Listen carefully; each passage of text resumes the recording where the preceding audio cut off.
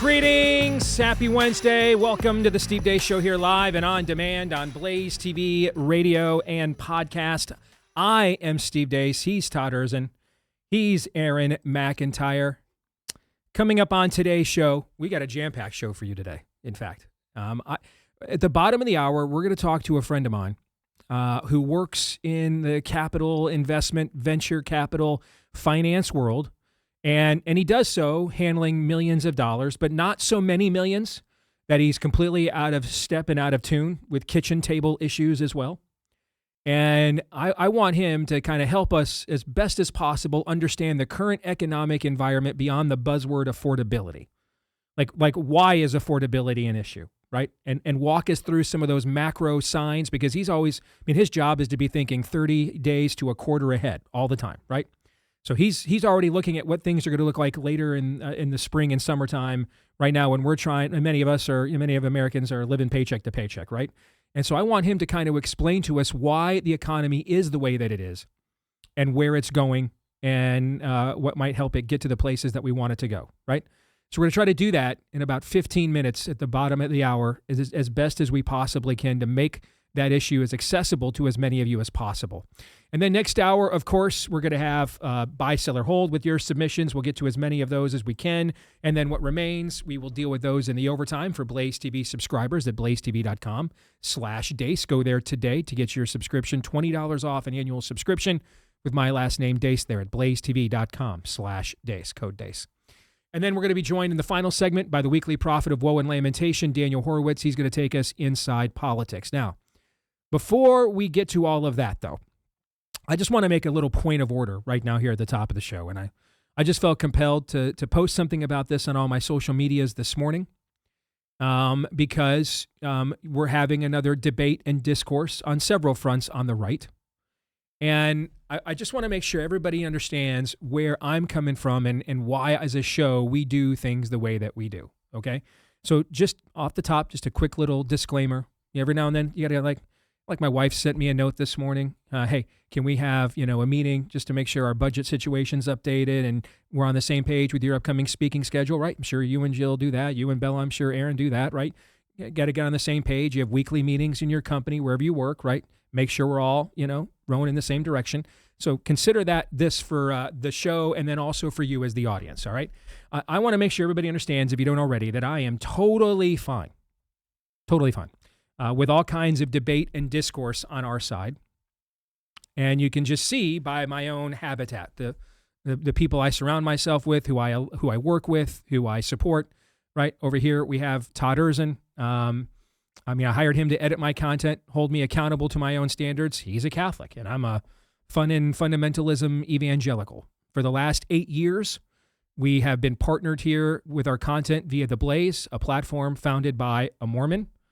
And I don't think, Joseph Smith was a prophet.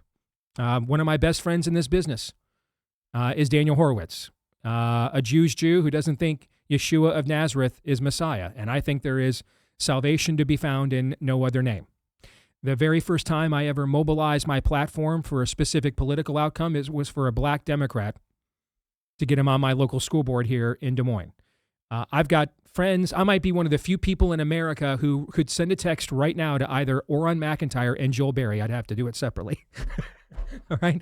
But I could send a text to either Oron McIntyre or Joel Berry and get a response in a relatively short amount of time. That's probably going to be a pretty short list, I would imagine, right? All right. So I've got friends on both sides of the whole woke right thing. I don't even know what woke right means. I think we kind of decided that the woke left thing is to pivot to some kind of racial or sexual identity whenever you're cornered on something, right? And so woke right now means if your immediate pivot when you've been called out or disagreed with, heavens to Betsy's, that whatever happened is the Jews, then that's what woke right is, right?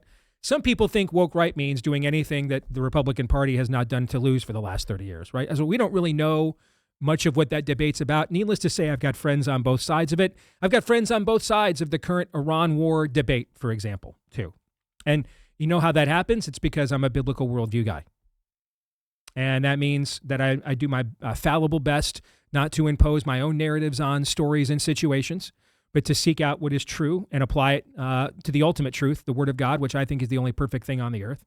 And if I perceive that we are aligned with my understanding of that truth, then we can absolutely work together, despite all kinds of disagreements in other areas, even disagreements in other areas where the Word of God is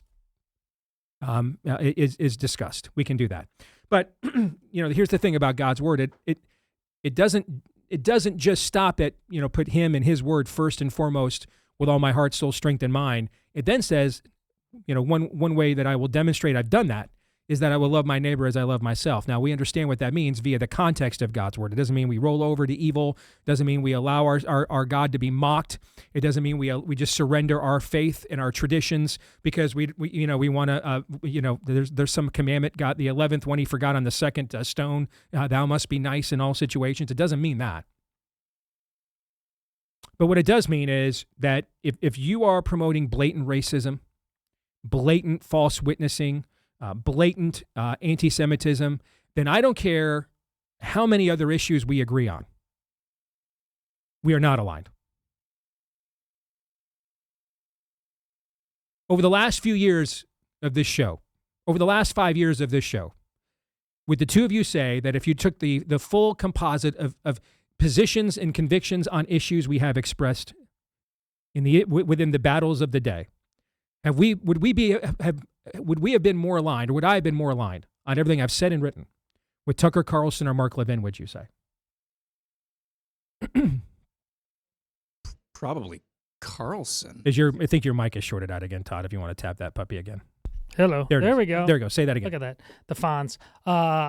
I wanted to be fair and considerate, but I think it's still in Tucker's favor overall. I think when you take the anti-Semitism issue off the table, issue off the table, what is it? It's overwhelmingly Tucker. Yes. Yes. Well, here's the thing. At this point, I've run out of excuses for what he is. I mean, I can't come up with excuses, rationales, benefits of the doubt. I mean, he's just flat out proffering anti-Semitic tropes at this point. I'm not really sure, without being an anti-Semite, what other conclusion I could possibly come to. And so therefore, I have to love my neighbor as I love myself. And my alignment with God and His Word comes before any alignment with any of you in any issues. And I'm not permitted to do that. And neither is anybody else. And God won't bless that. He won't. It doesn't matter how great your positions are on vaccines. If you're a racist, God's not going to bless you. I promise you. Won't happen. It won't. It doesn't matter how right you are about Epstein. If you're out there using AI to put out fake tropes and accuse people falsely and committing that of your own volition, God will never bless your efforts for justice. Won't happen. We are not permitted to violate the character of God in order to advance the Word of God. Because the number one thing the Word of God cares about is your character and mine. And there are just certain things you cannot do, and they are verboten. And so no matter how many other issues we may be aligned on, if you are peddling things that clearly violate loving your neighbor as you love yourself, you are false witnessing, you are promoting blatant anti-Semitism, blatant racism, then we're not aligned, and my commentary is going to reflect that. And I just wanted to make sure that given everything going on right now and all the debates and discussions we're having again right now, I wanted to do just a little point of order here, a little family meeting at the start, just to clarify things, a little palate cleanser. Everybody all right with that? Hear, hear. All right. And with that now, let's get to it. Aaron's rundown of what happened while we were away. What happened while we were away, brought to you by the Save America Act. Looks like it needs a savior. We don't have the votes either to proceed, get on a talking filibuster, nor to sustain one if we got on it. But that is just a function of math. And there isn't anything I can do about that. I mean, I understand the president's got a passion to see this issue addressed, as we all do. Does he understand that, though? Well, we've conveyed that to him, but we will continue to make that argument because I think it's important that everybody understand that this really is about the votes. It's about the math. And I'm for better or worse, I'm the one who has to be the clear-eyed realist about what we can achieve here. Yep. Senate Majority Leader John Thune tells reporters he is fully engaged in Operation Failure Theater. We're going to have the fight on the floor. We're going to vote on this. We're going to put it up, and we'll give the Democrats the opportunity to cast their vote on whether or not they think non-citizens ought to vote in American elections. And says there's nothing he can do about the fact his chamber sucks. Learning Chinese today. Today's phrase is, have you tried a whip? 你试过用鞭子吗？ Yes, John Thune and Senate Republicans are actively trying to help Democrats keep tens of millions of their voters on the voter rolls. How do I know this?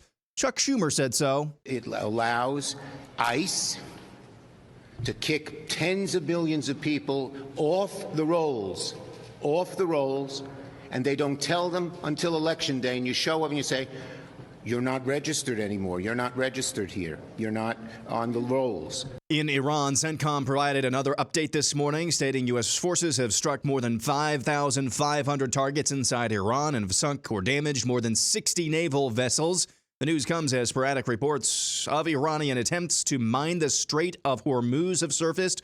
Also, sporadic reports of attacks on ships attempting to pass through the global oil choke point. Trump, in a post on Truth Social yesterday, said he has no reports of mining the strait, but warned Iran against it. He also said nearly a dozen inactive mine-laying vessels were destroyed yesterday as well. The price of oil has held relatively steady over the past 24 hours in the mid-$80 per barrel range. Back at home, amid reports the White House is encouraging Republican members of Congress to ditch talk of mass deportations. House Speaker Mike Johnson seems to have gotten the message loud and clear. We got a little hiccup with some of the Hispanic and Latino voters for certain, because some of the immigration enforcement was viewed to be overzealous, and everybody can describe it differently. But here's the good news: we're in a course correction mode right now. We're going to have a new Secretary of Homeland Security. Mark Wayne Mullen is going to be do a great job in that role. I'm sure that he'll be confirmed by the Senate.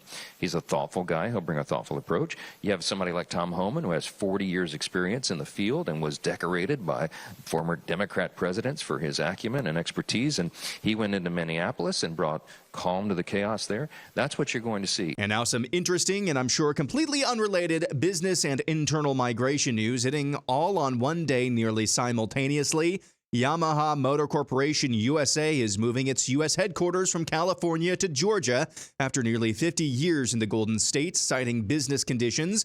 Oil giant ExxonMobil announced it intends to drop its New Jersey corporate registration and redomicile in Texas. The company has had its main operational HQ in Texas since the 80s, but its incorporation has existed in New Jersey since the 1880s. Then, as Standard Oil, Exxon also cites business conditions. Former Starbucks CEO Howard Schultz announced this week he's leaving Washington state for Florida. Lawmakers in Washington just approved the first for that state, a millionaire tax of 9.9% for those making over the $1 million mark. Washington state had previously had no income tax. Earlier this month, Seattle-based Starbucks announced its intentions to open a corporate office in the Nashville, Tennessee area. According to moving service Hire a Helper, here are the states which saw the biggest influxes of movers from other states and vice versa. As you can see, some of the deepest red states saw the biggest influxes, while the deepest blue states saw the greatest outflows. Contrary to what you might think, that might not be the greatest news of all time. And finally, we go back to Iran with the formal introduction of their new supreme leader, Mojtaba Khomeini.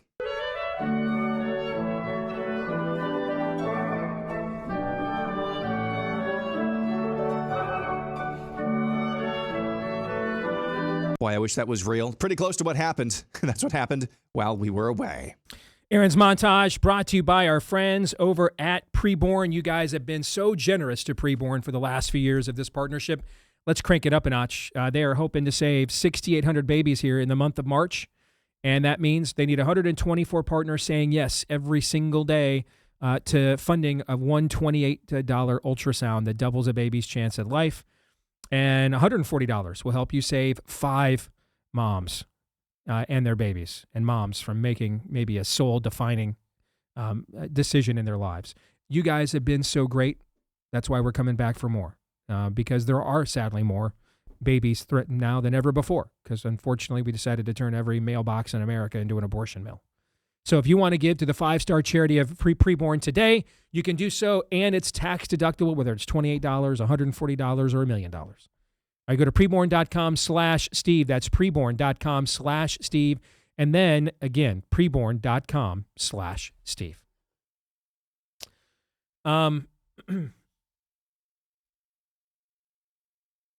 Charles Schumer literally saying there are tens of millions of people on the voter rolls that don't belong there, that aren't Americans. I mean, if ICE is removing people from the voter rolls, that would mean There's tens of millions of people on the voter rolls that aren't Americans. The only serious question to ask right now is how many federal crimes did Chuck Schumer just admit to? Correct. And Correct. why aren't we not arresting? Well, all tens of people millions of involved? them at least, Yes. because there's tens of millions of foreigners and non-citizens on the voter rolls, according to the Senate Minority Leader. So here's the thing, though. He's roughly 8 months away from being Senate Majority Leader. Because I'm going to tell you right now, if they don't pass the Save America Act,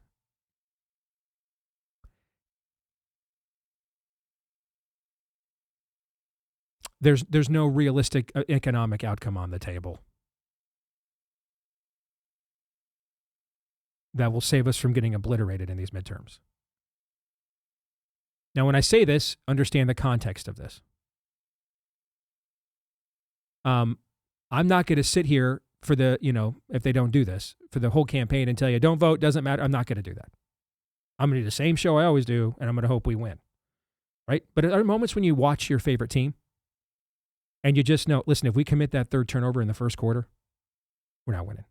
And remember, y'all played Christian McCaffrey in the Rose Bowl. It wasn't Stanford. You just played Christian McCaffrey. Do you remember that one? No, Exactly. You know why you forgot that one? because it sucked. Because it sucked. Because you're like, if we turn this ball over one more time, if we let them do this one more time in the first quarter, this game is over. Was it over in the first quarter? Yes. Did you stop rooting for your team? Did you decide to root against your team? No, you wanted them to win. But you just kind of knew if we keep making these kinds of mistakes at this juncture of the game, the likelihood that there's enough runway later in the game or something dramatic will happen to alter how big of a hole we've dug ourselves later in the game, the likelihood of that is not high, right? Right. So it won't impact the way I'll analyze and cover this election the rest of the year. I'm just going to put this marker down right now here on March the 11th. If they don't pass this and put it on Trump's desk for him to sign it, this will be a historically bad midterm. Not just your typical president in office, historically bad. The toxicity of this is way more than the Iran war, and let me explain why. There are normie voters within. There's not just the normie voter that we talk about, right? Hardcore people, Democrat, hardcore people, Republican, and then the normie voter. But there are normie voters within the two political parties too. Now, admittedly, there's not a lot of normie voters in the Democratic Party left, but they do still show up sometimes when we see polling on things like, well, the Save America Act, which shows an overwhelming majority of Democrats are in favor of this, right? Yes. Or on banning tranny surgeries for kids, which show an overwhelming amount of Democrats are in favor of that too, right? Okay. So every once in a while, there's an issue that is so obvious. Now, there used to be, when you and I were kids, there were lots of these kinds of issues, lots of them. But there's not that many of them anymore, okay?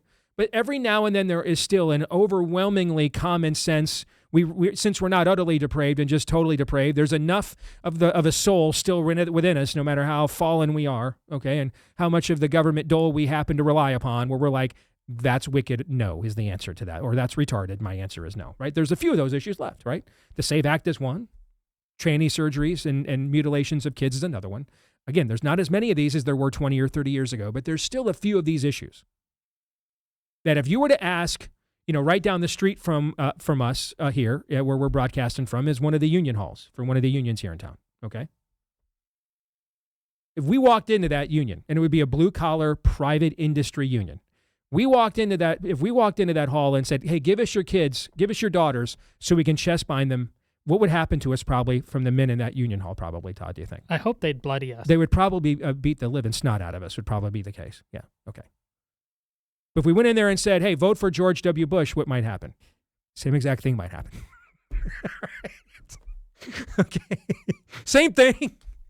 Two totally different questions, same result. Okay. And so there's normie voters within both political parties too.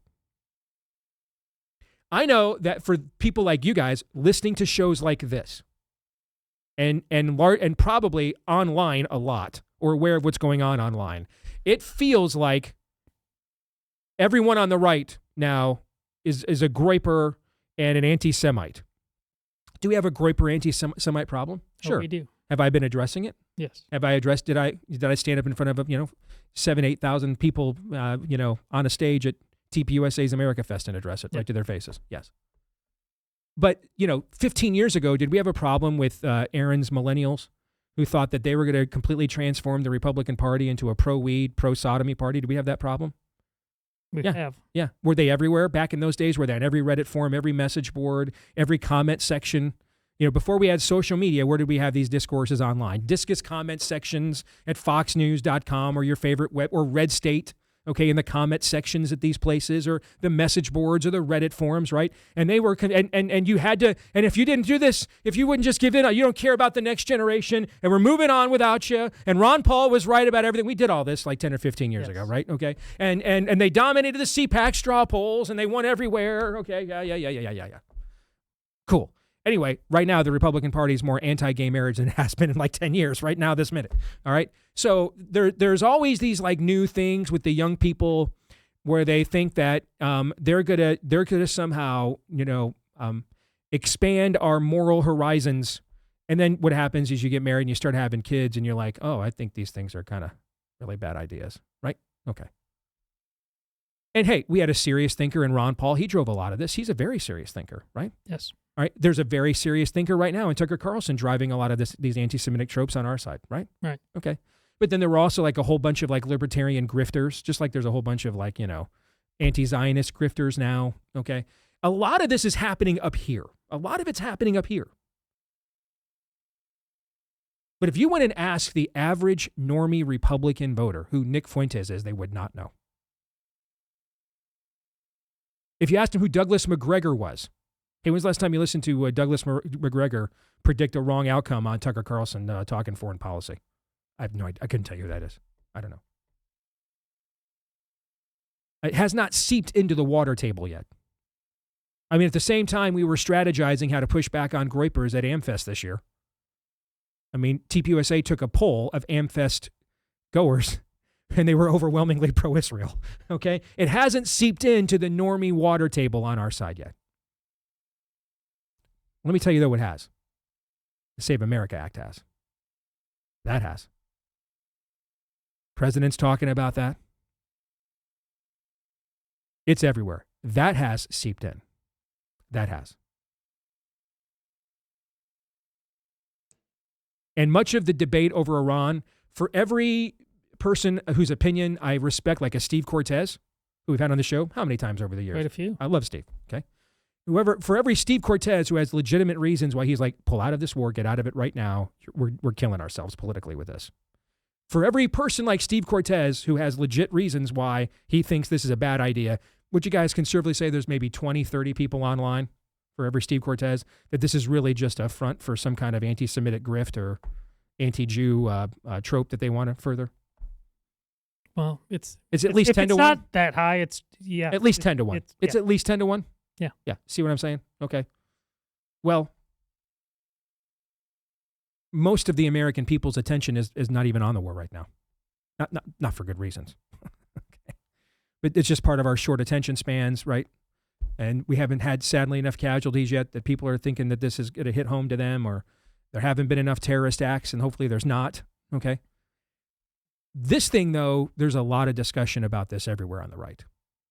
And I'll just tell you, listen, I've done a handful of campaign events for my gubernatorial candidate, Adam Steen, here in Iowa now, all over the state. All over the state. And every place we've been, there's been a question about election integrity, this bill, and voter fraud. In fact, we have not gotten, like, in terms of national issues, it's the only national issue that at every Adam Steen campaign event I've done, we have gotten a question about it. Have not gotten an abortion question at every one, have not gotten a trans question at every one, okay? Because and a lot of that's because we've just dealt with it so harshly in Iowa. It's pretty much just illegal everywhere in Iowa now, right? And so everything else are local, parochial Iowa issues that we get asked about. The land rights issue that's happening, carbon capture, that kind of stuff, okay? The only national issue that I'm getting asked about when I go do these campaign events for Adam, when we turn to the Q&A portion, is voter fraud, election integrity. And when I say we're toast, the Iran war, provided it doesn't become a quagmire, and I'd be shocked if it did under the current leadership, I'd be shocked. But provided it doesn't become a quagmire, it's not nearly as divisive within our base as the Save America Act is. Not doing this will euthanize our base. Now, let me define what that means. We're not going to see like 30 or 40% of registered Republicans stay home. That we're going to vote. Well, actually, we might see 30 to 40% of registered Republicans stay home because midterm elections are pretty low turnout elections. But we're not going to see 30% on top of that 30% stay home is what I mean. It won't matter. What if, say, 5% do? Oh, let me tell you what happens if, say, 5% do. Because we're already way underwater with normies and independents right now. Way underwater with them. Democrat energy max lit. We see that every time when you're the party out of power, right? And it's a midterm. Okay. You could be looking at, we could probably survive the Senate. The Senate map is so favorable. If the national midterm election voter ID party identification is, say, +4 Democrat, I think we could still survive the Senate, okay, and avoid a Trump impeachment trial next year and still get, Supreme Court justices through and stuff like that, okay? But you start getting +5 or higher, and then you start getting into danger, Will Robinson. And that's now where you're losing the governor's race in a red state like Iowa. That's now where maybe a Vivek Ramaswamy doesn't win in Ohio.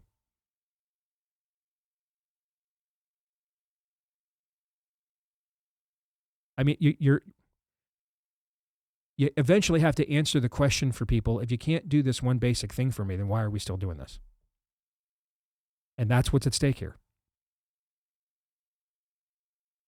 And now we're already going to pivot our messaging on immigration. The president won the popular vote in 2024 on mass deportations. It's retarded to think that you have to change your strategy on messaging.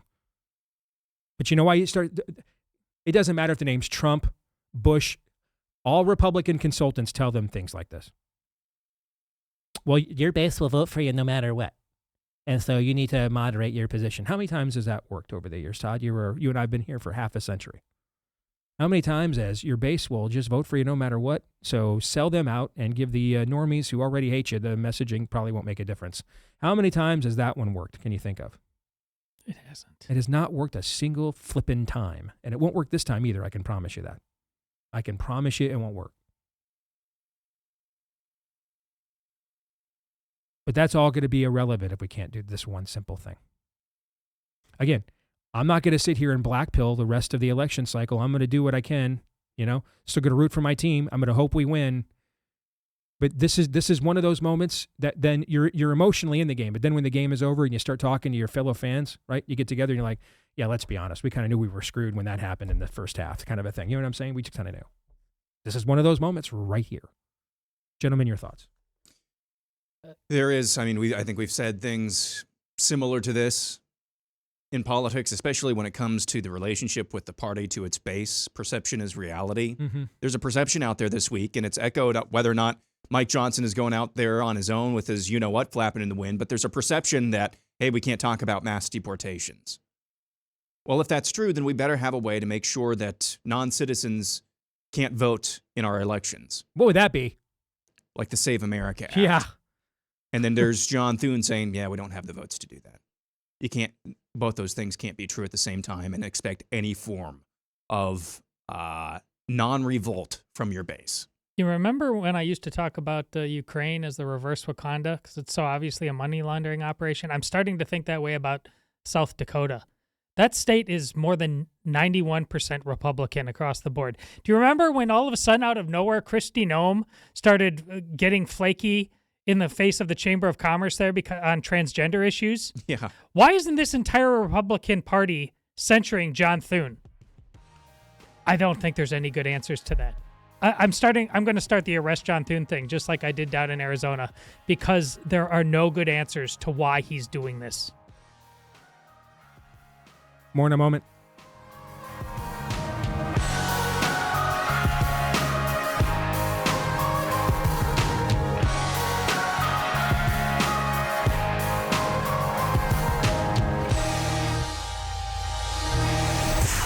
The Steve Deace Show.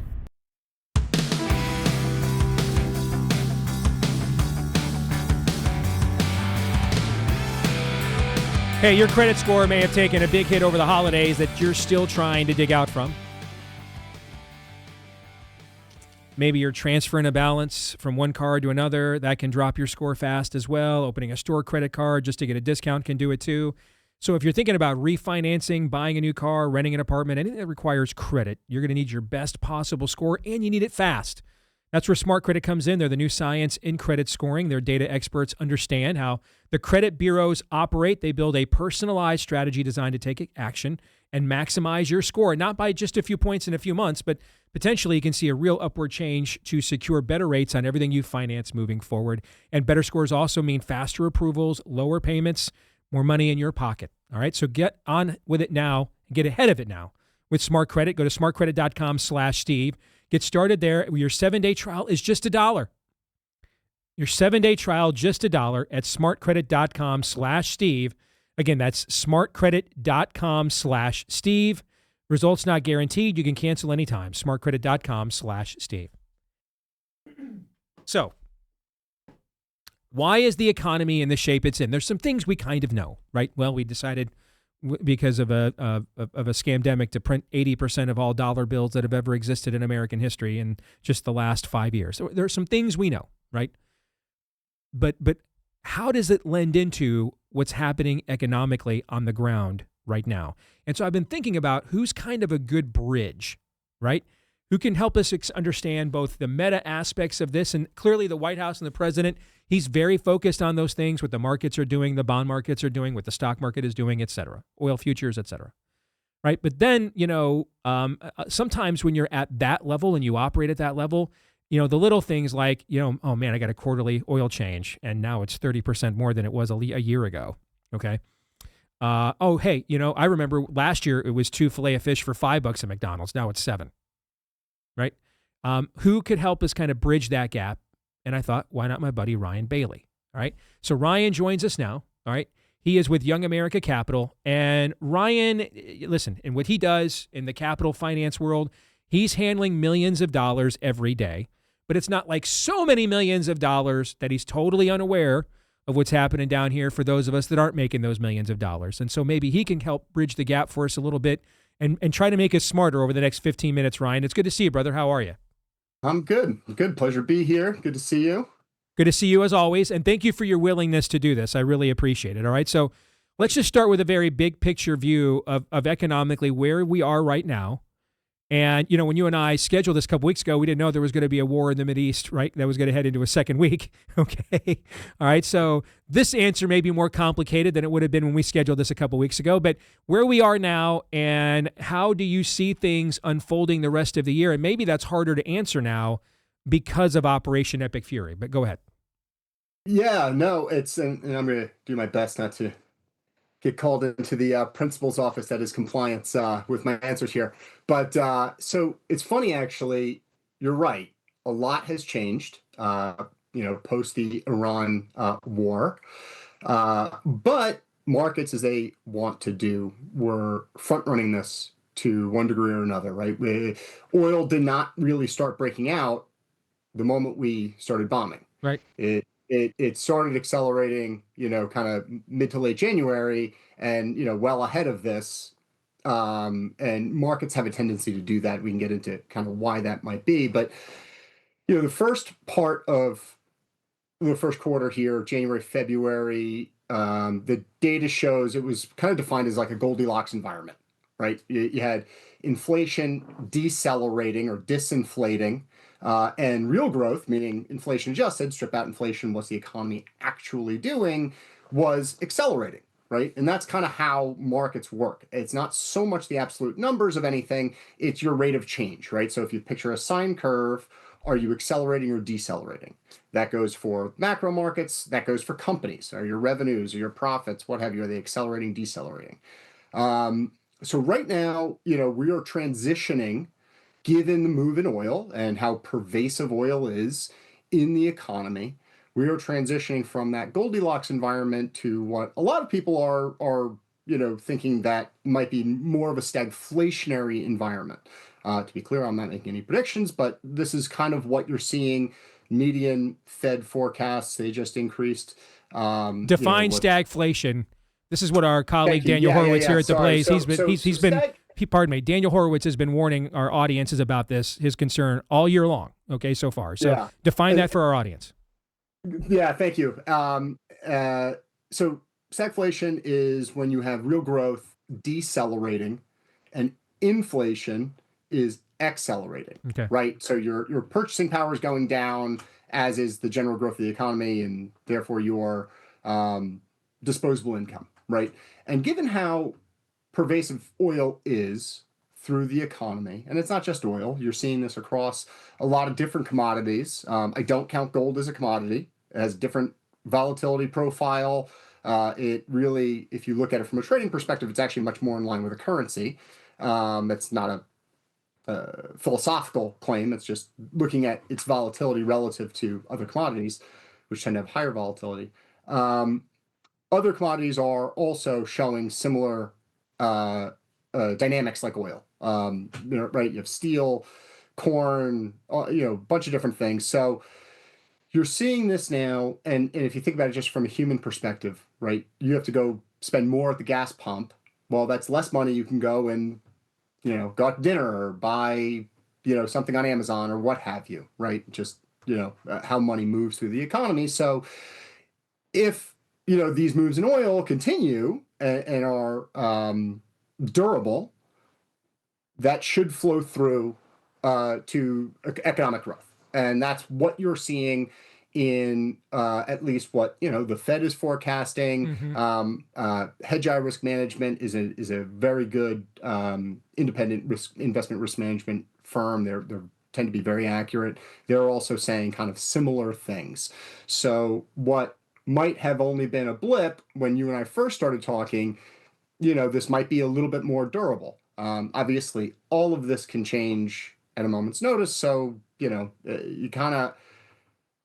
have to take everything, whether we're talking about the economy or if you're looking at particular things in markets, you have to take new information and relay that into, how you're viewing things. You don't want to be static in any one respect, right? If you have you're running a football team, right? You're the head coach. You have a great all-star wide receiver. Well, he blows his hamstring out. Well, you can't throw him out there again and say, go long and hope for the best, right? You got to adjust. So kind of similar dynamic there. But, this move in oil, given how prevalent it is through the economy, it's not hard to see how it could pose potential challenges. All right, let's talk about then how cooked are we on this, depending on the length of this war, right? If it ends today, all right, how much of this is a blip? If it ends next week, how much of this, right? Because this has to filter through the system and the process and everything else, right? And so how much are we cooked long term because we launched this in the first place, and how quick could it recover to where things were prior to launching it? It's a great question. And to be perfectly candid, I'm going to say something you're never going to hear on CNBC or Bloomberg or any of the others. We don't know. I don't know. Yeah. Okay. Right. And I think that's a big thing. I think people need to, and you have a lot of people prognosticating all the time. And I think one should always be humble when it comes to markets, to economic data. The market's obviously a lot smarter than us because it's a distillation of all knowledge out there. And yes, people trade on insider information for whatever reason. It's scarcely prosecuted, but that information is built into the market, right? That is sending market signals. So, I'm a big believer of, trying to look and see what patterns are happening, what the market's doing, and try to do that. Ride the winners, cut the losers in periods like now where you have volatility breaking out. And that's where you want to, you want to be more careful. Because, it's like you're out on a boat fishing, right? Wind's picking up, waves are picking up, and, it's not time to so we're not going to have, if this ends tomorrow, gas isn't $2.30 a gallon on Friday, on Saturday, on Monday. People need to understand that, right? Yeah, I'll say, if you look historically, moves of the magnitude we just saw in oil have historically resolved themselves around, it takes about 2 months. but that doesn't mean that that's going to be the case this time. Sometimes it never goes back to where it was. Because we're also going into the peak summer period about 2 months from now too, right? So that's true. That would be that you could have a confluence of both of those things then, an increase in demand on top of this threat to the summer supply. Travel. Yeah. Also, you have also, by the way, interestingly, diesel fuel has actually outpaced in this big run up. Diesel fuel has outpaced gasoline in terms of a price appreciation. That's important. Because, that's the cost of goods, right? That's how they get transported, and those costs get transported or transferred onto the customer, right? That's exactly right. And so obviously it tends to happen on a lag, right? It doesn't happen overnight, but so there are some structural challenges. Again, if the president is correct and this war is largely over or will be shortly, then one would think these things can be short-lived. But we've seen a lot of I'm old enough to remember mission accomplished with George Bush, and you never know. 2 weeks to flatten the curve. 2 weeks to flatten the curve. Yeah, exactly. So look, I who knows? I don't know. I don't have any edge on the duration of this, or whether this will be a more Venezuela type situation or an Iraq situation. But because it's oil and it's so all encompassing, it essentially takes almost everything else, AI and everything else that you and I had slated to talk about. They're all now on the back burner because we're talking about the most important and precious substance on planet Earth, petroleum, right? Okay. That's right. Yeah. That's right. And obviously you've spoken quite a bit about, what we did in Venezuela. They have massive oil and gold reserves. So, should be able to hopefully, let's see, offset some of this, but you never know. It doesn't seem like we are extracting a lot of oil. I don't know if that's the plan from Venezuela, but put it this way, we have access to more resources, now than we did in December. We'll put it that way. All right. Last thing I want to talk about, we got about 5 minutes. Let's talk about one of the other, this is a constant though too, that was an issue that is still on the front burner aside from the petroleum issue, and that's the housing situation. All right. Sure. All right. And so are you seeing progress on this front in terms of affordability of housing, particularly first-time home buyers, young families? I've got 3 kids that I'm launching out of my home, right? And one's already married, right? Are we seeing any progress on that front at all? We are. I think now you have to remember, right? It's hard because, like anything, inflation for the consumer is cumulative, right? So, and this I think is part of the disconnect between what the average voter is experiencing when they go to the grocery store or looking for a house or what have you, versus what the president is articulating in saying inflation is, non-existent and all that.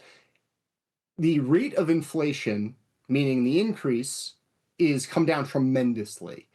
It's still, though, the problem is it's still increasing, and you're increasing off those other effects. So yes, if you look at we've slowed the rate of increase, but the baked in stuff has not been dealt with yet. The baseline numbers have not come down. Gotcha. That's right. That's right. And so, if you look at Federal Housing and Finance Agency, FHFA, their data, home price appreciation, right, has gone from up 7% March 2024 to now it's only up 1.8% in December 2025. The latest data that at least I could find. I think that's the latest data we have. So obviously that's a massive deceleration, or we'll say disinflation, right? But it's still appreciating. Now it's somewhat regional. You're seeing actual price declines in areas that were big COVID beneficiaries, like the Sun Belt, Florida, for example. And, then you're seeing big upticks in areas like, I think, Milwaukee, Wisconsin, interestingly enough, was at the other end of that spectrum where the housing market really kind of ripping there in terms of price appreciation. But you're seeing this kind of you're seeing that same dynamic where the rate of increase has declined a lot across the housing, we'll say, complex nationally, for both from housing prices to rents, right? Rents have come down. A year ago, they were up, February 2025, they were up a little over 4%.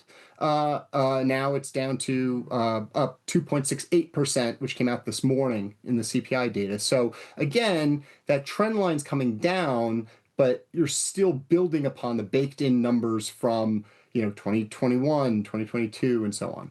All right, last thing. I've got about a minute here because I want to give Todd and Aaron a chance to respond to this, okay? Of course. How much runway do we have to have an economic environment that is electorally sellable, say 6 months from now, when people start really focusing on the midterm elections? How much runway do you think we have? If inflation takes hold, I think it's going to be hard. Now we have the benefit for the first time, certainly in my life, and I'm soon to be 39, of having a world-class practitioner, an investor running the Treasury, and Scott Bessent. We're going to have Kevin Warsh coming in, who's also an outstanding investor in his own right and has a great relationship with Bessent, and they see the world very similarly, and they've worked together in the past. So you have alignment there with really credible, really, really smart guys, which is new for us, at least certainly in my lifetime. So you'll have great guys at the switch doing things. The problem is, when we were talking a couple of weeks ago, Steve, I thought Warsh was going to be able to cut rates more.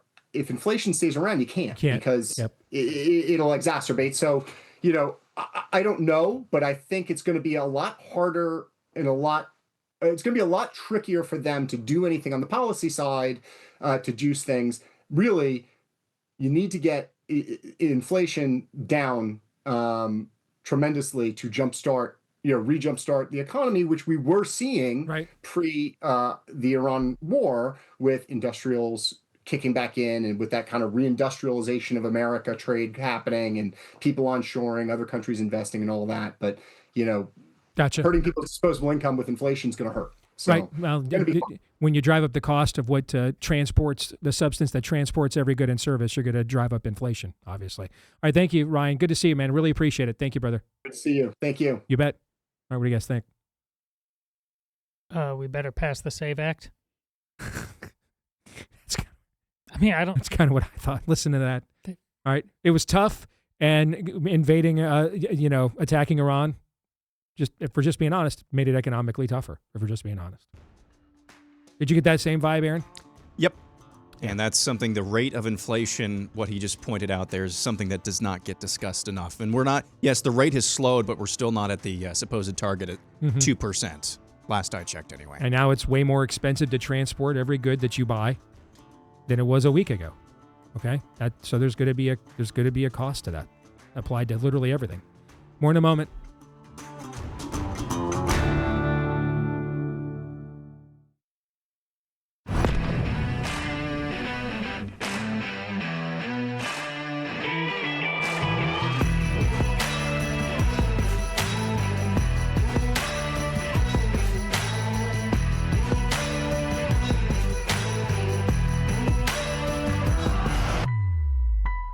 All right, back here with Hour 2, live and on demand on Blaze TV, radio, and podcast.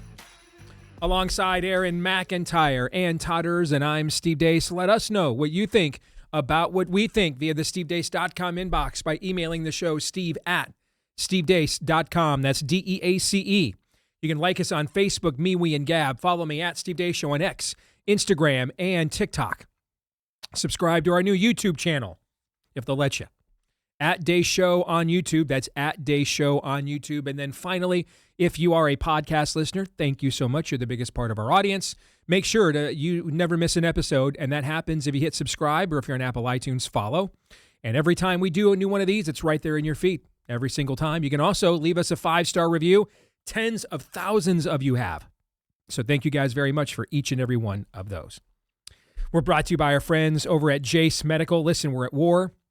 We've got a lot of uncertainty. We were just talking about that with my buddy Ryan Bailey just a second ago.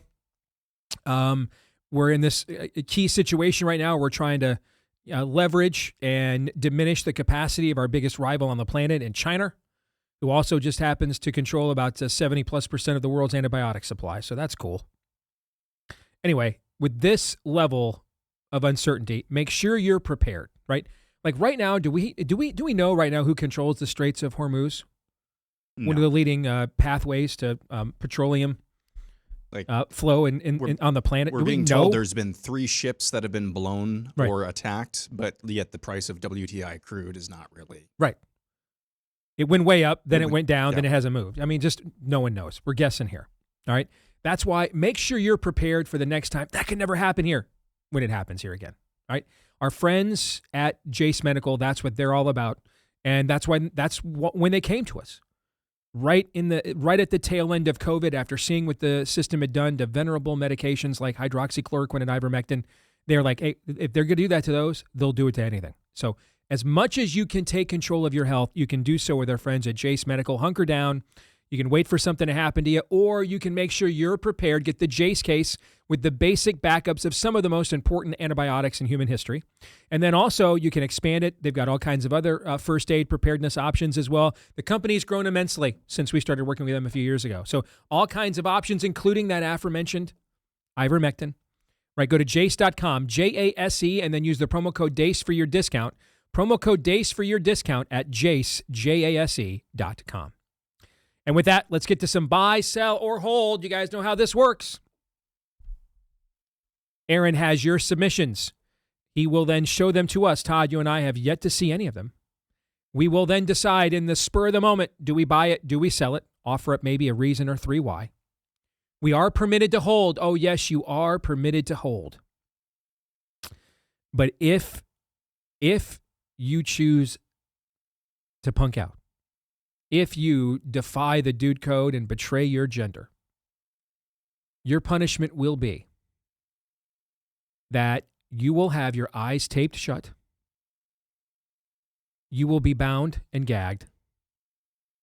And then for an indefinite period of time, you will have to listen to an AI voice read to you aloud Lindsey Graham's Grindr history over these last 12 days of Operation Epic Fury. And your eyes are closed so that your imagination and theater of the mind kicks in as that's being read to you. You are gagged. Did you short out Todd, I think, shorted out his own mic this time. Uh-oh. Uh-oh. Tap it really hard. Is it dead? Totally dead. There it is. There we right. go. I thought about this too much. No. Really. No holds. We're done here? Yeah. All right. Aaron, fire away. Let's begin with Thomas Carpenter, who says James Tallarico will be endorsed by Joel Osteen at his quote-unquote church. I could totally see this. I mean, Osteen once supported the first lesbian mayor of Houston at the same time that she was trying to get access to the church records of some of the churches in the community at the same time back in the day. I could totally see this, so I'll buy. Sure. I could see it. Yeah. Next up, we go to Pro-Life Means No Exceptions, who says, with John Thune holding up the SAVE Act, third-party candidates will become viable in national elections again. So, I'm just going to tell you guys, there are just certain realities, okay? All right? If you want to fly, you have to invent the airplane, okay? If you have a rear-wheel drive vehicle and you want all 4 tires engaged, you have to invent four-wheel drive, right? Things don't just happen organically, all right? And the ballot access and issue and everything else, it's not insurmountable, but it's insurmountable when it comes to organic efforts. If you want a third party, it's going to take billions of dollars. Billions with a B. Billions. So, in that case, you're going to need, somebody with a lot of money, like say Elon Musk, who you need him to be like personally betrayed, very disappointed, and he says, you know what, I spent $44 billion buying X. For $1 billion, I could probably just take over the Republican Party or start another party. You would need him to do that. And frankly, I'm just going to tell you right now, if Elon Musk called me up and said, Steve, what would you do? I'm going to earmark $1 billion to the current unibrow duopoly system. What would you advise me to do? I'd tell him, I wouldn't terraform a new system. I'd just take over the Republican Party. You could do that for $1 billion. Take out a handful of senators, handful of members of Congress. You don't have to take all the rhinos out, because most of your rhinos, a good friend of mine used a term to me, and he's older than me, so he's been around the block a few more times. And he used a term to me. He called them get-along Republicans. And he said, hey, sometimes you younger guys, and I like being one of the younger guys because I'm not one of those anymore. All right, not everybody you younger guys calls a rhino is a rhino. Sometimes they're just go-along guys. And whatever they think is in charge. Like John Cornyn today, did you see this now? Yeah. Now I John did. Cornyn is out there saying, an op-ed. nuke the filibuster in an op-ed, huh? It's amazing what primaries can do. Isn't it amazing when we have actual primaries? Okay? And so this friend of mine's like, there's a lot of these guys who are not total rhinos. They're just go-along guys. You know? And so if you can put enough adequate pressure on them, if they feel like to get what they want, they've got to conform to a different standard, you can. Now, I don't disagree with that, but you have to make enough examples to show them that you mean business, right? So I think for $1 billion, just 3 or 4, 5 maybe top Republican rhino senators, take them out in a primary with good candidates that'll win a general, okay? Do that to about 10 or 15, 20 rhino members of Congress. You'll have set your Fonzie example, right? And then you go to the rest of that group and say, now, how many of you were really rhinos or are willing to go along? Because we're going along in a different direction now, so let's find out. Right. But I would tell Musk to do that rather than to try to regain ballot access and everything else from nothing, to terraform all that. That's a very, not to mention, I don't think we have the time for that as a people either. Well, speaking of the people, I agree with everything Steve said, but underlying all that is the people are the problem. If you agree with us when we say that, you can't believe what you just said. You need to believe it the way you believe it. You have to have grassroots ability on the right that just is not sustainable and doesn't exist. It just doesn't. Next, we go to Sturdy Oak, who says Ted Cruz replaces John Roberts on the Supreme Court, and Paxton takes his place in the Senate after dropping out against Cornyn once the Save America Act passes. I would sign up for this right now, so I'll buy. Yeah. I'd sign up for this right now. I would sign up for this right now. I saw somebody online recently suggesting that Ted Cruz has been in the news a lot lately, and the dots they were connecting, I think it's your idea that one of the either Alito or Clarence Thomas is about to step down. Yeah, that was one of my predictions at the beginning of the year. Yeah, I know Ted desperately wants to be president of the United States. I mean, I've been wrong before, but right now I don't see a path that's realistically possible for the foreseeable future. I think he'd be a tremendous Supreme Court justice. I think he'd be a tremendous Supreme Court justice. And for those of you that don't like his dispensational views on Israel, the good news is, as a Supreme Court justice, you get all the parts of Ted Cruz you like and then none of the stuff that you don't, because he's going to have way less to say about foreign policy and things of that nature. So you get all the Ted Cruz that you like on all the domestic stuff that you agree with him on. Trump has even hinted to this. You know, I think it's kind of tongue in cheek.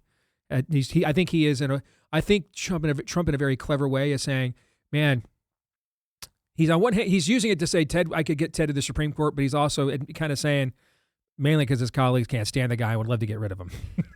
All right. But I mean, I would sign up for that succession of events right now. You bet. Joel says the only person who can save the SAVE Act is Jim Cramer, declaring it will never get passed by the Senate.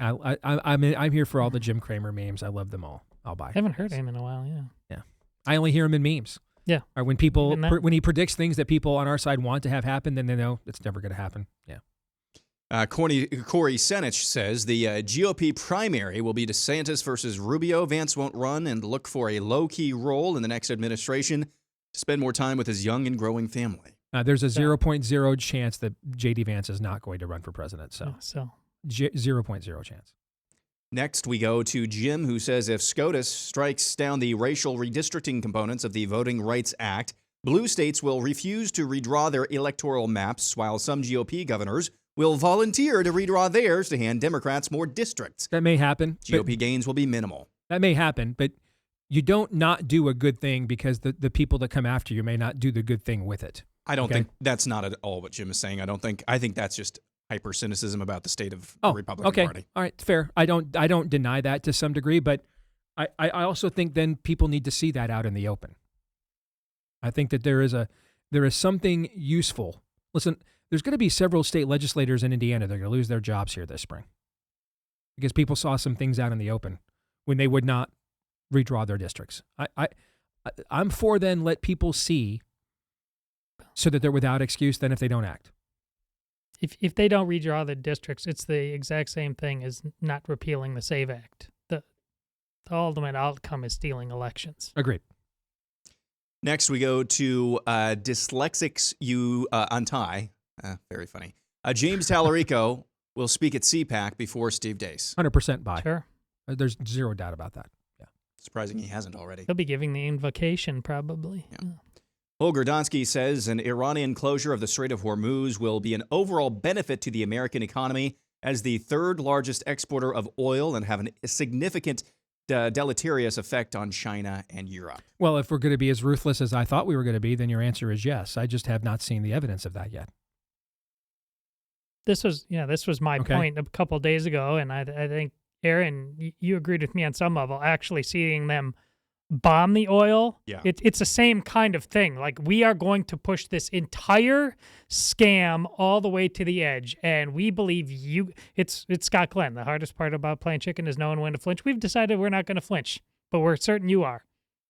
Listen, if we're going to be an empire, which I am in favor of, then I agree. Then this analysis is correct. If we're not, if we're going to be, if we're just going to be a little less naive under Trump than we were under Bush, well, we got rid of Maduro, but we're not going to claim all their oil, then this may not be true. All right? You have to be willing to be cunning and ruthless to make the kinds of options that you're describing come true. I'd love to think that we're those things. You know, I kind of think if we can't get that out of the current guy in the White House, I'm not even sure where that would possibly come from then at this point, you know? So I'm going to buy because I want it to be true. But we have to demonstrate a level of guile that we have yet to be willing to go to, no matter who's in charge around here. Nate Sell says the nefarious powers in this country have historically used racism to be the common lever to divide us. Now, anti-Semitism is that mechanism. It's not, I don't think he's saying it's different from racism, but that's just the latest. I think, I will buy on this for sure. It's one of them. Yeah, for sure. Yeah. And the timing of this following Charlie's murder, none of this I think is coincidental. None of it at all. None of it at all. The unprecedented unity we had on our side after Charlie's murder, sense of mission and purpose, I don't think any of this is a coincidence. That's how you know the timing of it. That's how you know it's of the enemy. Agreed. Micah says a cardboard supreme leader would be more lively in office than Joe Biden was as president. Oh, that's I love this AI stuff. Yeah, I mean, total slop. But yeah. hilarious. I'm in. I'll buy on that. Yeah. I get it for the laughs, but I am selling. He had enough life in him to do a ton of damage to us, and we're still trying to recover. We go to Tyler, who says churches should invest more in local missions in their own community than third world missions trips. Oh, well, you buy in that. It should definitely be going in that direction. I don't think it has to be either or, but it certainly should be both and. Yeah, I think the ultimate Jesus juke here is, especially because we live in this place called the United States of America, and I don't think it's a Jesus juke, to be honest, but you could use it as such. But I think the real answer is here. We have more than enough resources in this country to do both and do a really good job at both. I'm gonna buy, and I'm gonna buy because of how godless our own culture has become. Like, I don't think this would have been true 50 years ago, right? And not 100 years ago, and not 150 years ago. Okay, I think it's true now because of how godless we have become. That I do think you have to recalibrate some of your line of thinking and some of your resources. A few years ago, a guy I used to go to church with. And he used to be a bigwig for the international missions wing of a major evangelical denomination. And he told me a story that about a recent trip he had taken. And he was just coming home from overseeing one of their mission efforts overseas, and he had a layover in LaGuardia, and he saw a group of three black, but you could tell from their mannerisms and the dialect of English they spoke that they were like native Africans, okay? Not African Americans, like native Africans, okay? So they were foreigners, right? And so he went over to see if they needed any help. They looked like they were lost, you know? And he got to talking to them, and he found out that they were seminary students. What a great coincidence, he's thinking, right? And so he gets to talking to him. And of course, in his American bias, he's assuming that these seminary students, right, are coming here to go to seminary, so they go back home to Africa and take the gospel with them back home, right? And he goes, hey, that's great that you guys want to do that. I have some friends. Let me know. Maybe we can, I do international missions for a major denomination. Maybe, we've got some alignment here, right? And he said the two younger brothers looked to the older one, right? Because he's the older, he speaks for the group. And they looked at him like, hey, man, are you going to say something, And the older brother was like, well, kind of shrugged his shoulders like, well, it kind of is, in his accent, he's like, with all due respect, a few months ago, our pastor was showing us videos. Our pastor back home in Nigeria was showing us videos. And our Nigerian and our underground seminary, underground church was showing us videos of what's happening here in America. And he challenged us and he said, hey, who will go to America and take the gospel to this dark continent? So we're actually coming here to preach to you, right? And it's kind of one of those knock you over the feather kind of a moments, So, yeah. That's a yo. That's a yo. Yep. Next, we go to JKH1108, who says, at this point, Lindsey Graham is just trolling, continuing to shoot his shot, invading every country. I do think there's some of that in terms of the level of embellishment. But fundamentally, I think that you are seeing this guy's taking victory laps. I mean, this is what he really thinks. This is what he's always been about, right?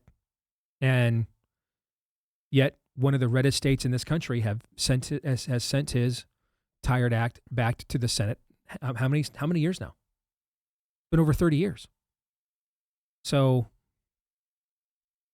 back to the whole thing about another party. I mean, I don't know about the rest, and I haven't said this one in a while. Let me drop it again. I mean, I listen, I get wanting to want a third party, but I'd love to see what a second one looks like. Anybody want to know what a second party looks like? Hey, what's a second one look like?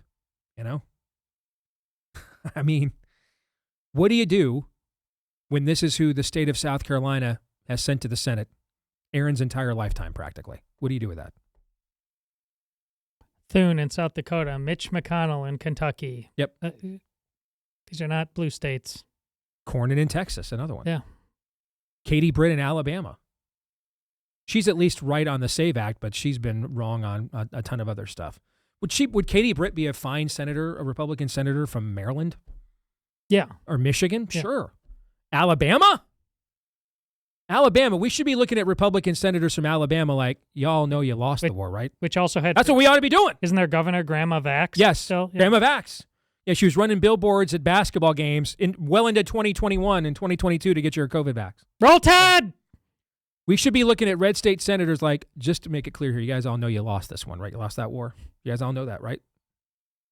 Like, the senators we're getting from Mississippi ought to put our teeth on edge. Like, we ought to be like, do we want to put that person on? So don't you think? Because isn't that what the blue senators from like California are like? Yes. They're like, are you just a flat out Marxist? Really? So here we are. Anything else, Todd? No. We'll continue on with Leon. Says, I got nothing. My Pandora no longer lets me play podcasts. I haven't got to listen to anyone. I don't attempt any buy, sell, or holds if I got nothing. Buy, sell, or hold.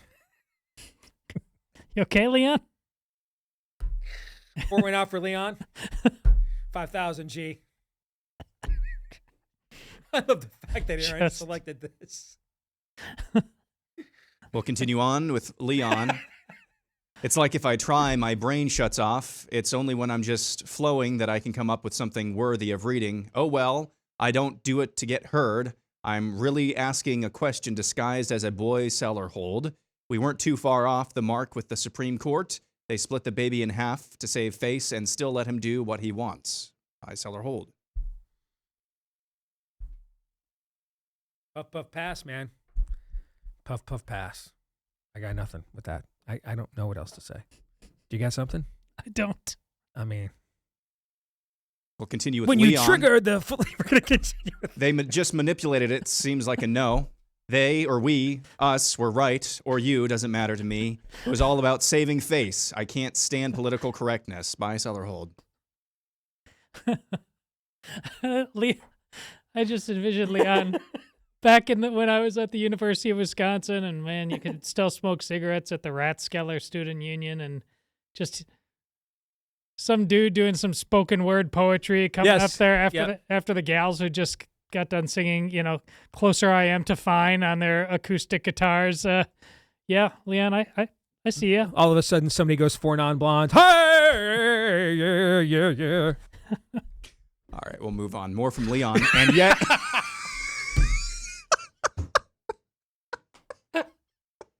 And yet, on the above, I was trying to be politically correct. Self-awareness, it's not always fun. Why don't we have any idea what he was talking about the entire time?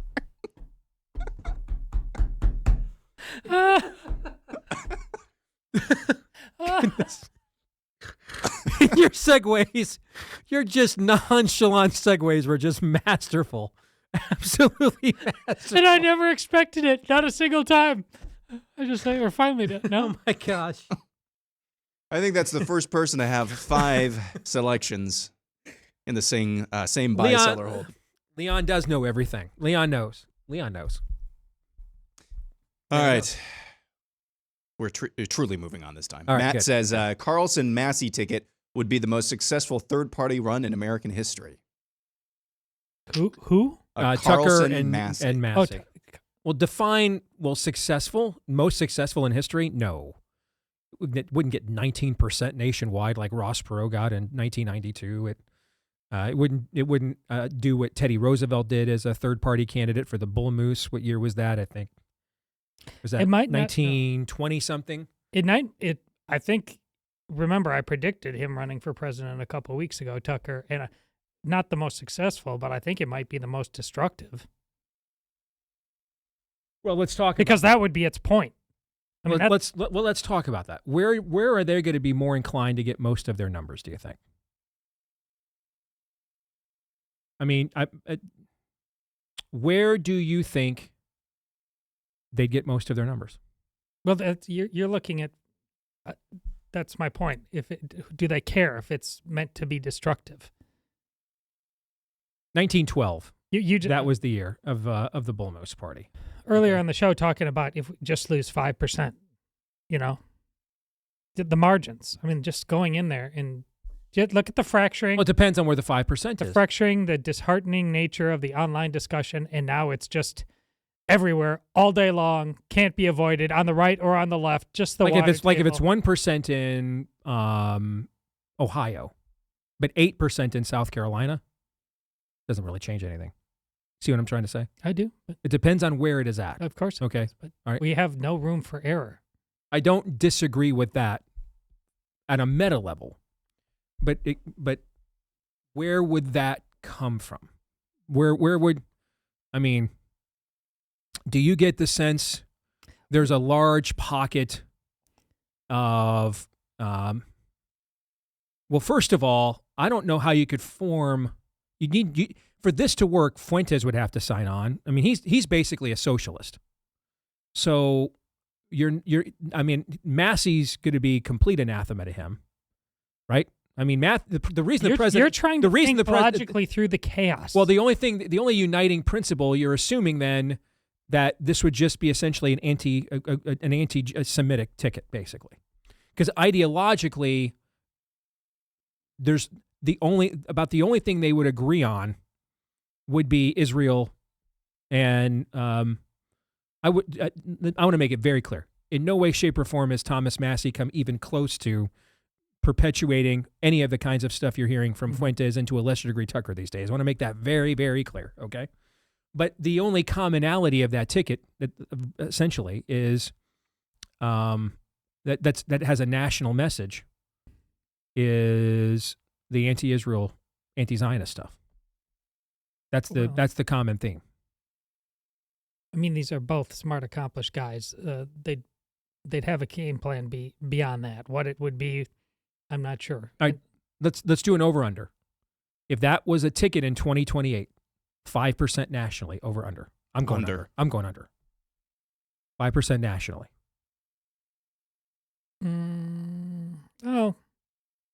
I'll still go. I think I would go under. Because the other issue you have is young men would be the number one group that they would appeal to. Who's the hardest group to get out and vote? Young men. Young men's the hardest group to get out and vote. That's the other problem you have. Here's there. the thing. Yeah. If you finally give them the bone that they want, if they're speaking to all the issues, the young men issues you talk about all the way, and they think they're being ignored otherwise, it's awful math. Okay. We go to Oscar Joseph, who says the splintering seen among Christians is due to widespread spiritual immaturity that makes us feel threatened by different ideas instead of trusting God with the tension. I completely agree with this. Certainly agree with the first part, yeah. And there's a think piece going around. I don't want to allude to it specifically, but maybe some of you have seen it, I don't know. But there's a think piece going around written by an anonymous writer who has a good following. And I agree with a lot of what this person posts. But they tried to write this think piece about where all this anti-Semitism and everything else is coming from on the right. And I agreed with a lot of it. But I also read it as, well, anybody who essentially doesn't have the view of Israel and eschatology that has been predominant within American and Western Christianity essentially since World War II is the problem. That's going way too far. Going way too far.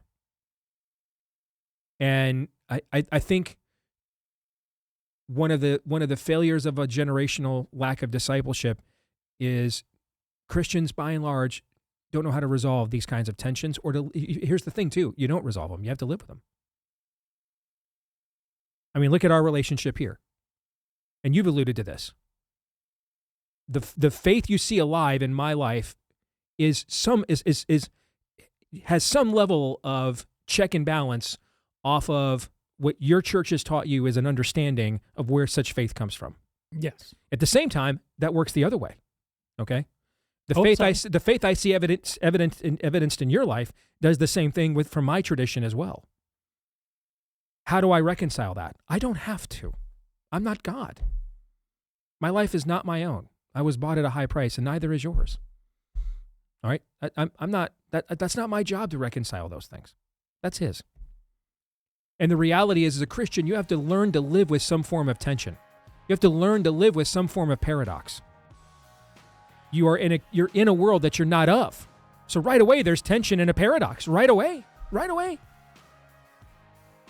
And I just think a lot of Christians are not equipped to do this. And everybody's got to fit into a cookie cutter of what my traditions say is automatically true. And that human nature is not an algorithm or a formula. Back in a moment. The Steve Deace Show.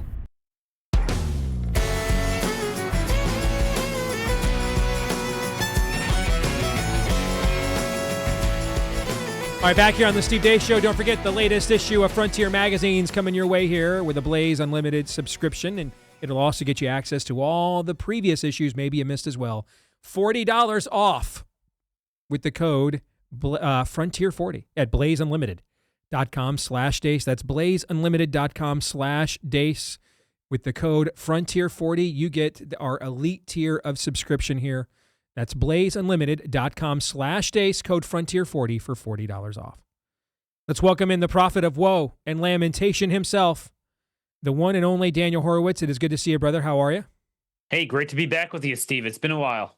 It has been. Everything okay at home? I know you had to take a little time off last week, so everything's good. Everybody's asking me, checking in on you. You're good to go? Everybody's good? They haven't eliminated me yet. You're not dead yet. Indeed. Yes. All right. You wanted to alert me to a certain mayor election last night in Boca Raton, Florida. Why? What stands out to you about the who's the mayor and who of Boca Raton, Florida? So I found it interesting that Republicans are losing, kind of -15, -20, 25 even, based on the 2024 baseline results across the gambit of state legislative elections, even congressional special elections. And we saw that again last night. Republicans underperformed by 13 to lose a legislative seat in New Hampshire. They underperformed by 17 in Marjorie Taylor Greene's district if you take the total Republican tally in the jungle primary. And in Mississippi also, I mean, their turnout was down 3% relative to 2018, with the Democrat turnout up 64%.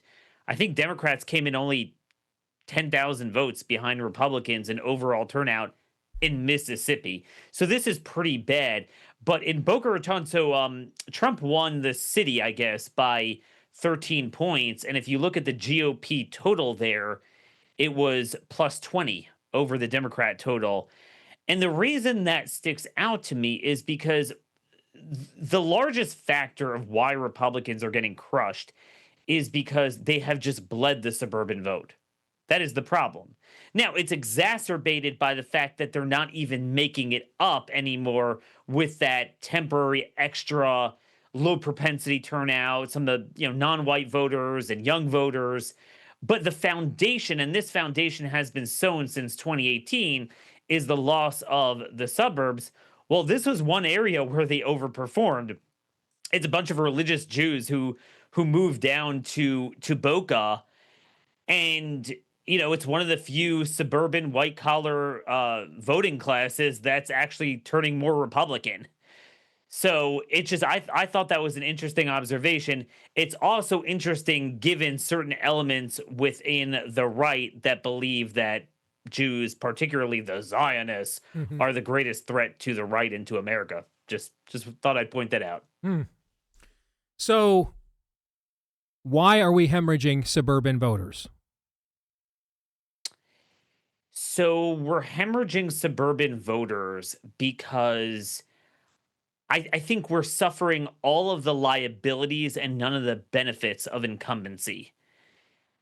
We're not really addressing things that are bothering them, the economic problems, the cost of living, particularly healthcare. Like people don't realize it's funny, I was dealing with a medical issue. My wife cut her finger, and we have what would be called a Cadillac plan pre-Obamacare. So you're talking about $38,000 coming out of your salary between the employer and what you're putting in, and the employer is part of your thing. And yet it covers nothing. I mean, it's unbelievable. Whereas Medicaid, most people don't have to pay a dime for anything. And I think this is really where you could appeal to a lot of people. There's no economic message. When it comes to other issues, we sort of lead with the lowbrow, low IQ talking points, but that then don't even accomplish the policy. We're not doing anything to appeal to them on anything. Let me see if I can explain this in a way that that maybe I can understand what you're trying to say. A lot of folks, regardless of their political persuasion, move into a place like the suburbs in order to avoid a certain level, even if they want to use this term, a certain level of retardation. For sure. Either the neighborhoods they grew up in, dysfunction within their own families, right? Okay. And you're looking for the kinds of place where you can raise your kids so they're not going to be exposed to maybe some of the things you were exposed to when you were growing up, right? Okay. All right. And when I hear you talk about this, what I hear you saying is that we're taking on Cousin Eddie's persona with our suburban neighbors, but with none of the laughs. Like, he's not making us laugh. It's just the retardation. It's none of the funny stuff. He's just out there, emptying the crapper from his RV, into the septic in the neighborhood, all right, and lighting it on fire. But it's not funny at all because it's your neighborhood that just got blown up. Is that what I kind of hear you saying? It's just all the retardation of all the lowbrow, trolling, stuff online, but it doesn't actually then follow through with the policies that those memes and stuff are about. And so we'd get the benefit of that. But since we don't do that, now it's just the retarded messaging. Exactly. And we're also avoiding issues that we could really gain them on. Continuity of neighborhood. I mean, the data center issue is huge. Oh my gosh, you could win on that. But instead, Republicans are doing things like, I'm the only one in the country even talking about this or opposing it, but they have this bipartisan housing bill that, among many other things, that expands all the HUD programs that Trump promised to cut. It will lead to more Section 8, and that sort of thing in your neighborhood. I mean, that's what it's designed. The affordable housing agenda from HUD that we all panned under Obama. It's Elizabeth Warren's presidential campaign platform, by the way. It's her bill. And now it's Trump's bill. It's Thune's bill. It's Mike Johnson's bill. I think some House conservatives have a couple of minor concerns that have nothing to do with what I'm talking about with it. I mean, we just leave issues on the table. And I think too much of MAGA got into this, and I know you talked about this tantalizing notion of chasing non-white votes, even as they complain that we're, there's a war on whites and everything, and just seeding the suburban vote. And I think you and I both know not everyone in the suburb is like an Antifa mom with her 19-year-old going to an anti-ICE riot or something. You have maybe some of those people. Now, because of the amount of retardation that's happening on our side, more and more of those suburban women are exactly becoming that, but I digress. Go ahead, yes. No, exactly. But the point is you can't bleed it. And I would argue, I sent you a poll from Emerson that had Democrats for the first time in our lifetime I ever remember leading the generic ballot among men. So it's not just women. I mean, they're losing really across the board all the liabilities of control and none of the benefits. And I think that's what you're seeing now. The bottom line is there was a time in America where you could probably win with, and you were able to win, and FDR won, with non-college educated whites. But if Democrats have yay high base of support with, non-whites, immigrants, all that stuff, and then you lose all of the suburban whites, you're done. And you're particularly done when it comes to legislative and congressional districts. So if you notice, this is the opposite of what the GOP was circa 2010 to 2014, where they were running up 250 seats in the House. They were having not just the majorities, but super majorities in Pennsylvania, Michigan legislatures. There was a time that the Convention of the States thought they'd be able to get 38 Republican legislatures, but then they were still losing statewide to Obama in these elections. Now it flipped, at least for 2024. Trump was able to win statewide with this coalition he cobbled together.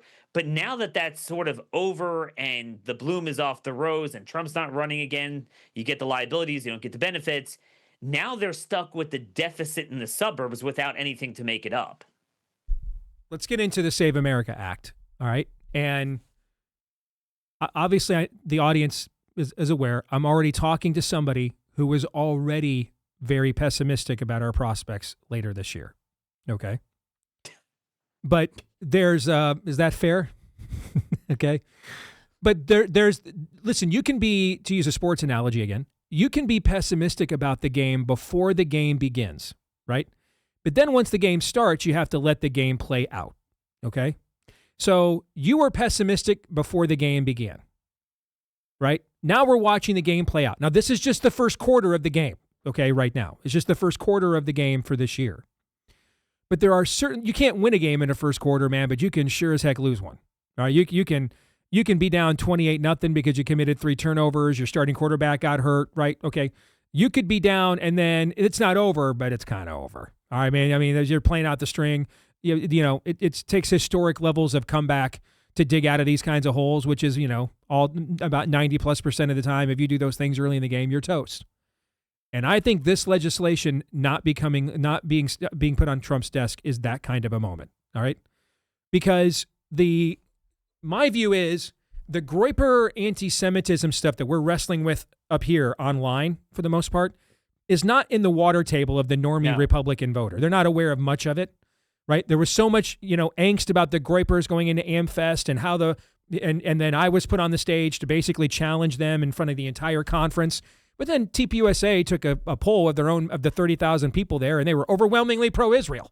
Okay. All right. So to me, I think a lot of the Groyper stuff is real, but it reminds me kind of the Ron Paul stuff from 15 years ago, that we were going to become a pro-pot and pro-sodomy party. And that was very real amongst a certain segment of people that were largely online on Facebook back then, Reddit forums, discus comment sections on foxnews.com, and showed up at CPAC straw polls and stuff like that, but then never really took a critical mass of the larger right.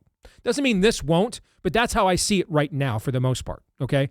The Save America Act is absolutely in the water table of the normie Republican voter, 100%.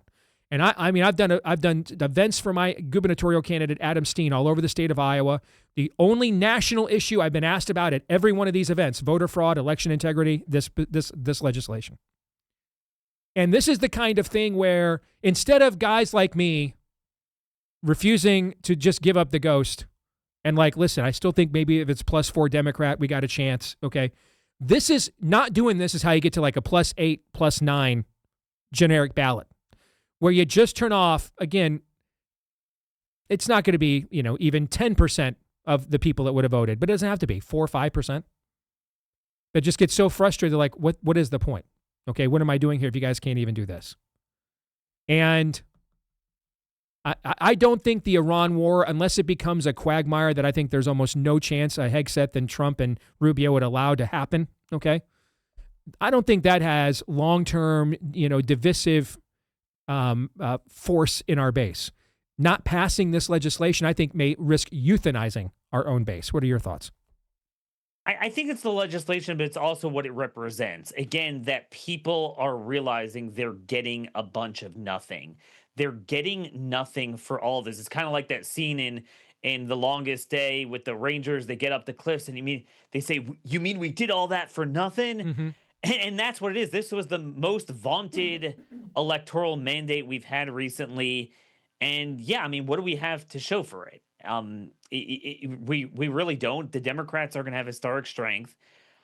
And to your point, I think, so look, people selling it that, if you pass the SAVE Act, you're going to win the election.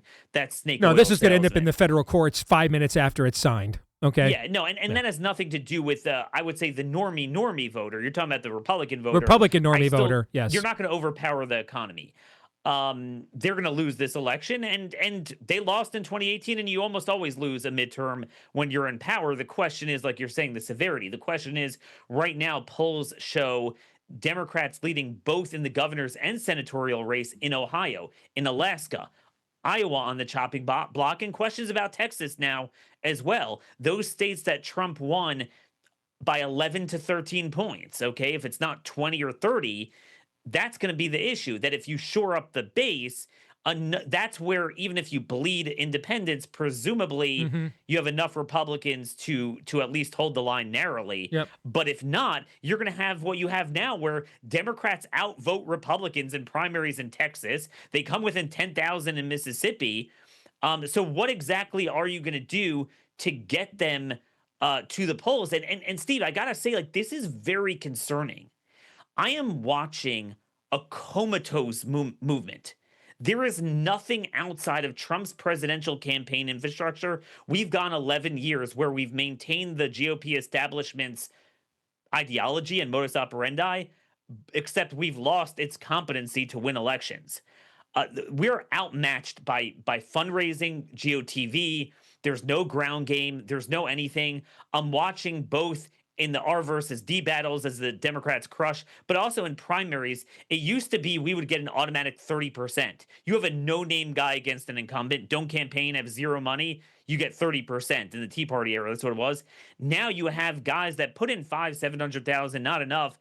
They have some name ID. We saw it in Mississippi last night. They'll get 15-18%.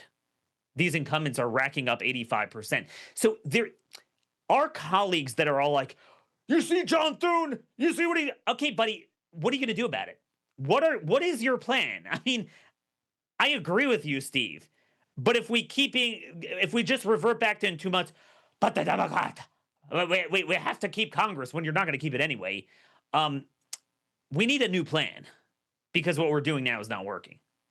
Indeed. Good to see you, my friend. Thank you. Take care. You bet. Gentlemen, your thoughts before we get out of here today? Yeah, the people on the left are far better citizens than the people on the right. That's what Daniel just said.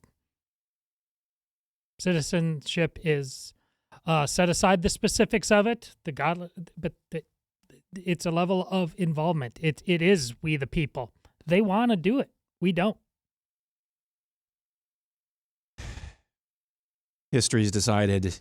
History books are written by those who show up. And, Jesse Kelly, I think you're going to be on a show later today. I am. He constantly just reminds people about the GOP primary voter. I think it was just this morning I saw he posted the last... Basically responsible for the death of America, basically. The margin in Mitch McConnell's last election or primary race. It's just... It's not like that's... But I mean, I think you've supported efforts to primary Mitch McConnell as well in the past and have gotten maybe closer than anybody else. And the Democrats still had more people vote in their primary than we did with Matt Bevin. Yes. Yeah. Where would you yet be struck? You're not going to be able to be left alone forever. And if you dare remind them why, that's when they'll show the energy they should be showing in just being a basic citizen. How dare you porn out my idol?